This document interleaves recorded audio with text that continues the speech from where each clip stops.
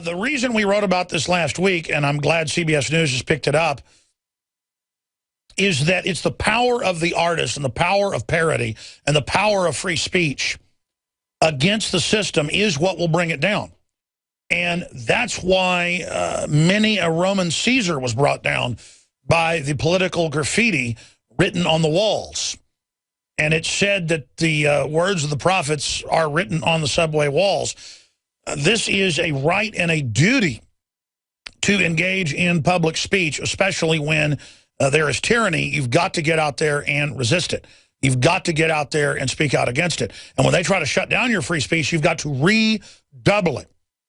In fact, I think I'm going to come out with the next issue of the magazine with free bumper stickers in it again, criticizing the TSA and the NSA. And when the TSA said, if you laugh at us, we're going to arrest you, I had announced to the guys that I wanted to have another $10,000 film prize for making films, either comedy or serious, exposing the TSA. And I'm just scared of watching the hundreds of videos because, I mean, I love watching them. It just takes over our whole operation to have a contest. So I decided not to do it. But you know what? I'm on the razor's edge right now. I was going to have just Kit Daniels run the contest so we're not all doing it. And let him pick, I guess. Just randomly, here, Kit, you're in charge. Let's see what you do. He's a smart guy.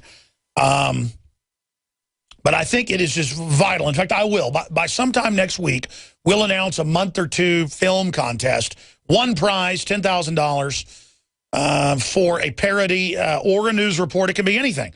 A free speech event covering the TSA and the NSA or either or.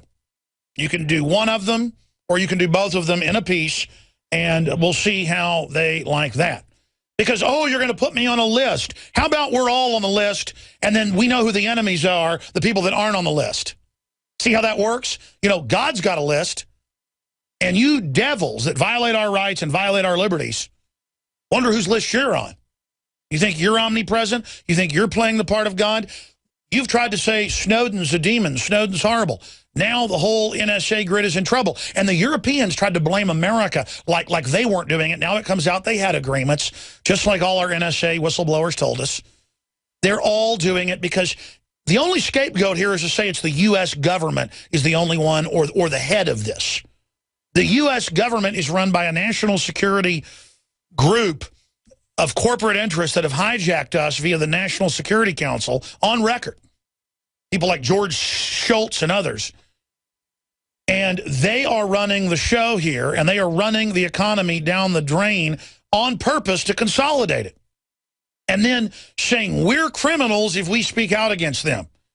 I mean, imagine telling a graphic artist, we're going to sue you, we're going to arrest you for copyright infringement, when the NSA knows putting out T-shirts that are parodies of the NSA is the most protected speech.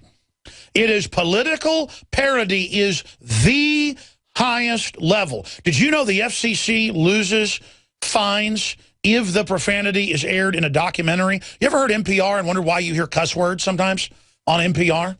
Because they can say, oh, it's part of a documentary. This was really said. You see, I could get up here if I was reading a court transcript and say cuss words. I just choose not to do it because it is political analysis and a news report. It can be judged profane if you're targeting children with something.